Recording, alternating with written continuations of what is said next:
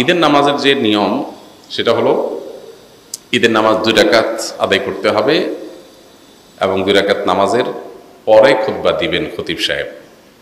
জুমাতে বা অন্যান্য ক্ষেত্রে খুতবা আগে আমরা দেই, কিন্তু ঈদের নামাজের মধ্যে খুতবা হবে পরে। 2 রাকাত নামাজের নিয়মটা কি?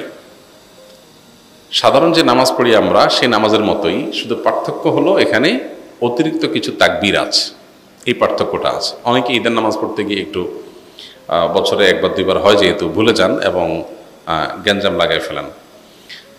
তো নিয়মটা হলো আমরা প্রথমে ইমামের সাথে তাকবীর বলে হাত বাঁধবো, বেঁধে আমরা সানা পড়বো, সুবহানাকাল্লাহুম্মা ওয়া বিহামদিকা ওয়া তাবারাকা ইসমুকা ওয়া তাআলা জাদ্দুকা ওয়া লা ইলাহা গায়রুক। অন্য সানাও আছে, আল্লাহুম্মা বাঈদ বাইনি ওয়া বাইনা খাতায়ায়া কামা বা'আদতা বাইনাল মাশরিক ওয়াল মাগরিব। সানা যেটা আছে এটা পড়বো। সানা পড়া শেষ, এরপরে অতিরিক্ত তাকবীর দেবেন ইমাম সাহেব। এই অতিরিক্ত তাকবীর আমরা কান পর্যন্ত হাত তুলব এবং হাত ছেড়ে দিব। অতিরিক্ত তাকবীর কয়টা দিব এটারই মত পার্থক্য আছে। 2 মতের সপক্ষেই বিশুদ্ধ হাদিস রয়েছে। এ সম্পর্কে বিস্তারিত জানতে চাইলে ডক্টর খন্দকার আব্দুল্লাহ জাহাঙ্গীর রহমান আলাদা বই আছে এটার উপরে, ঈদের সালাতের তাকবীর নিয়ে, সেটা দেখতে পারেন। অর্থাৎ অতিরিক্ত তাকবীরের সংখ্যা 6 তাকবীর হানাফি মাযহাব অনুযায়ী, অন্যান্য মাযহাব অনুযায়ী 12 তাকবীর। এই দুইটাই বিশুদ্ধ। তো অতিরিক্ত যে তাকবীর সানা পড়ার পর ইমাম সাহেব দিবেন, আমরা সাথে সাথে বলবো আল্লাহু আকবার, আল্লাহু আকবার, আল্লাহু আকবার। 3টা তাকবীর হয়তো প্রথম 2টাতে হাত ছেড়ে দিবেন, তৃতীয় তাকবীরের পরে হাত বেঁধে ফেলবেন। এবার ইমাম সাহেব সূরা ফাতিহা পড়বেন, অন্য সূরা মিলাবেন, রুকু করবেন, সিজদা করবেন, আবার দ্বিতীয় রাকাত শুরু করবেন। দ্বিতীয় রাকাতে তাকবীরটা হবে শেষে।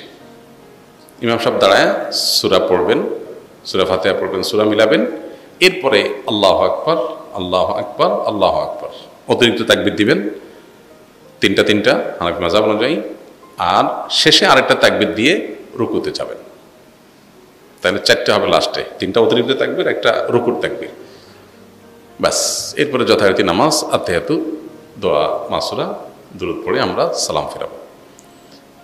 এ হলো নামাজ। তাহলে শুধুমাত্র অতিরিক্ত তাকবীরগুলো প্রথম রাকাতে সানা পড়ার পরে সূরা ফাতিহার আগে, আর দ্বিতীয় রাকাতে অতিরিক্ত তাকবীরগুলো হবে রুকুতে যাওয়ার আগে, সূরা ফাতিহা সূরা মিলানোর পরে। তাকবীরগুলো মুখে বলবো, বলার সময় হাত উত্তোলন করে আবার হাত ছেড়ে দেব, বাস। এই ছাড়া আর কোনো পার্থক্য নেই।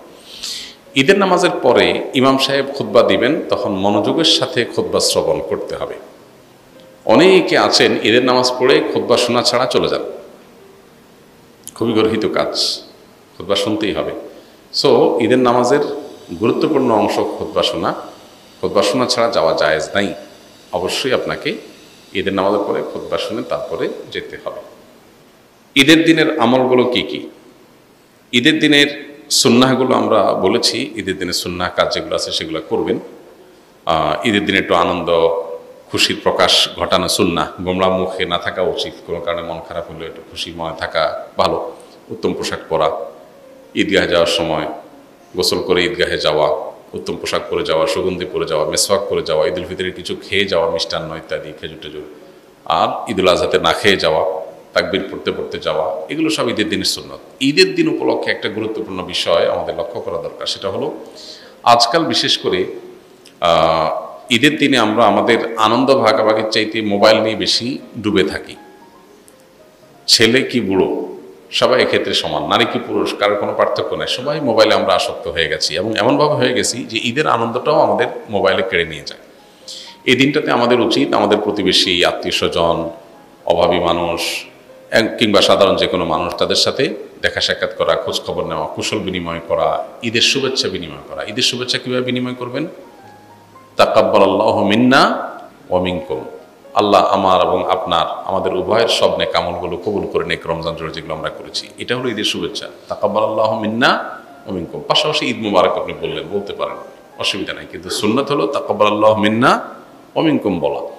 এইভাবে আমরা শুভেচ্ছা বিনিময় করব।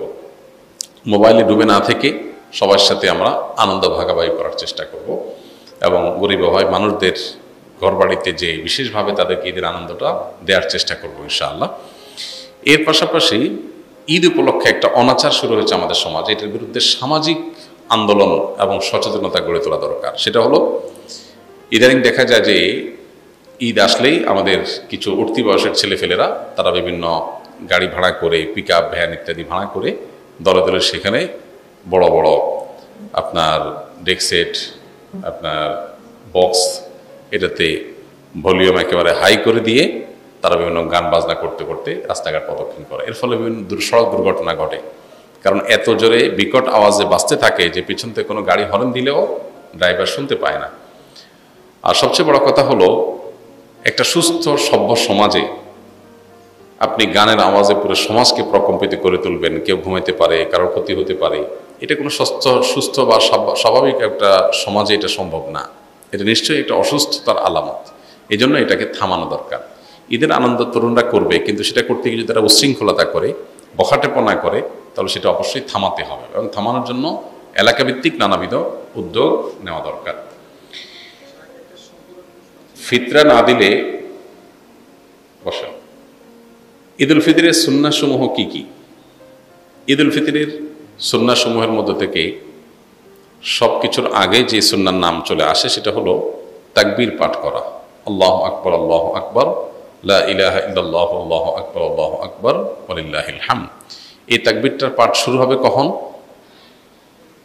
ঈদের চাঁদ দেখা যাওয়ার পর।